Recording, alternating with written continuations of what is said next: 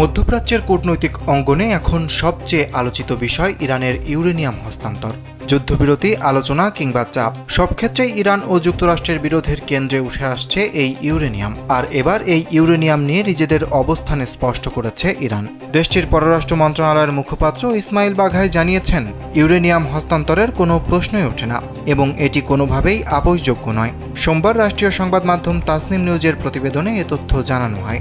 ইসমাইল বাঘাই বলেন, সমৃদ্ধ ইউরেনিয়াম বিদেশে পাঠানোর বিষয়টি কখনোই আলোচনার অংশ ছিল না। ইরানের পারমাণবিক কর্মসূচি দেশের জাতীয় গর্বের বিষয়, যা কোনোভাবেই আপোষযোগ্য নয়। তিনি আরও বলেন, ইরানের মাটি যেমন পবিত্র, তেমনি সমৃদ্ধ ইউরেনিয়ামও সমান মর্যাদার, এবং যদি এগুলো গুরুত্বপূর্ণ না হতো তবে শত্রুরা ইরানের বিরুদ্ধে এত কঠিন অপরাধ করত না।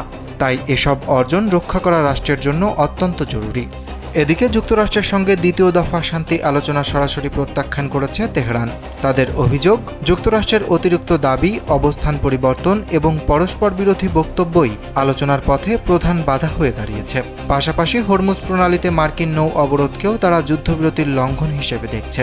অন্যদিকে মার্কিন প্রেসিডেন্ট জানিয়েছেন, দ্বিতীয় দফা আলোচনার জন্য পাকিস্তানের প্রতিনিধি দল পাঠানোর পরিকল্পনা রয়েছে। তবে ইরান আগেই স্পষ্ট করে দিয়েছে, অবরোধ বহাল থাকলে তারা কোনো আলোচনায় বসবে না। ফলে কূটনৈতিক সমাধানের পথ আরও অনিশ্চিত হয়ে পড়ছে।